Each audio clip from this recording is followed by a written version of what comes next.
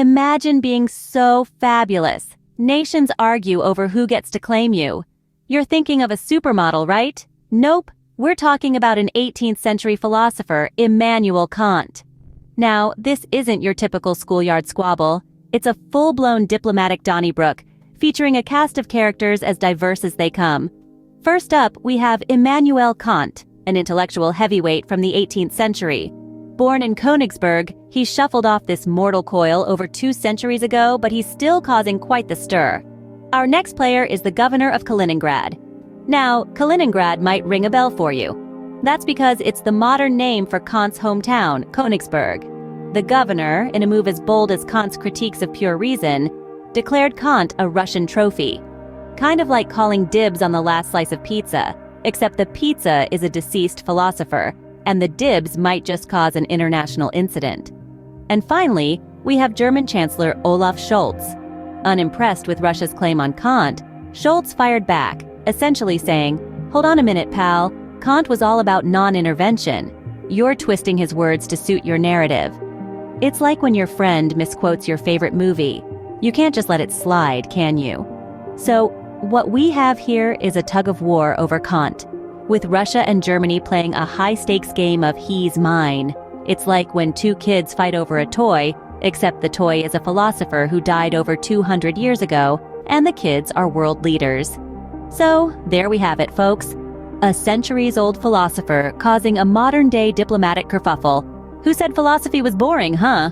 Now, let's dive into the meat of the matter. Why is everyone so fired up about Kant? Well, it's a bit like arguing over who gets to claim the last slice of pizza at a party.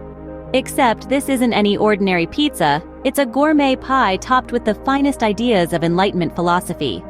Immanuel Kant, our star topping, is a philosopher who hailed from Königsberg. But his ideas spread far beyond the borders of his hometown, much like the aroma of a delicious pizza wafts through every room of a house. Now his native city is today's Kaliningrad, a part of Russia. And here's where the plot thickens, like a hearty tomato sauce.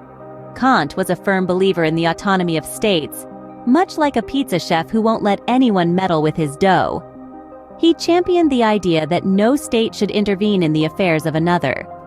In our pizza metaphor, Kant would be the referee at a pizza toss competition, ensuring that no chef interferes with another's dough spinning. Now, this philosophical stance of Kant's is the mozzarella that holds our pizza together. It's the unifying element that binds the toppings, preventing them from spilling over and causing a mess. But as we know, interpretations can vary as widely as pizza preferences.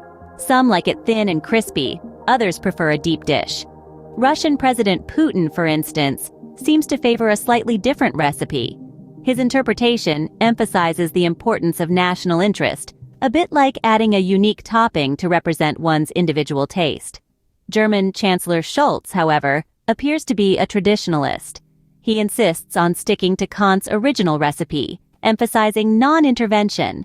And so, the philosophical football match continues. Who will score the next goal in the Kant controversy? Well, that's as unpredictable as the outcome of a pizza toss competition. Stay tuned for the next slice of this philosophical pie. On to the juiciest part of this saga, the Russian trophy comment. It's like calling the Mona Lisa an Italian souvenir. So picture this. The governor of the Kaliningrad region decides to stir the pot a little. He refers to Immanuel Kant, one of the greatest philosophers of all time and a native of Königsberg, as a Russian trophy. Now, this isn't like declaring ownership over a football or a baseball. This is Kant we're talking about, a man whose ideas have shaped the course of Western philosophy. It's like claiming the sun because it shines on your backyard. This comment, understandably, causes quite a stir. It's as if someone walked into the Louvre, pointed at the Mona Lisa and said, "Ah, yes, that's a nice Italian souvenir." Not exactly the most tactful of statements, wouldn't you agree?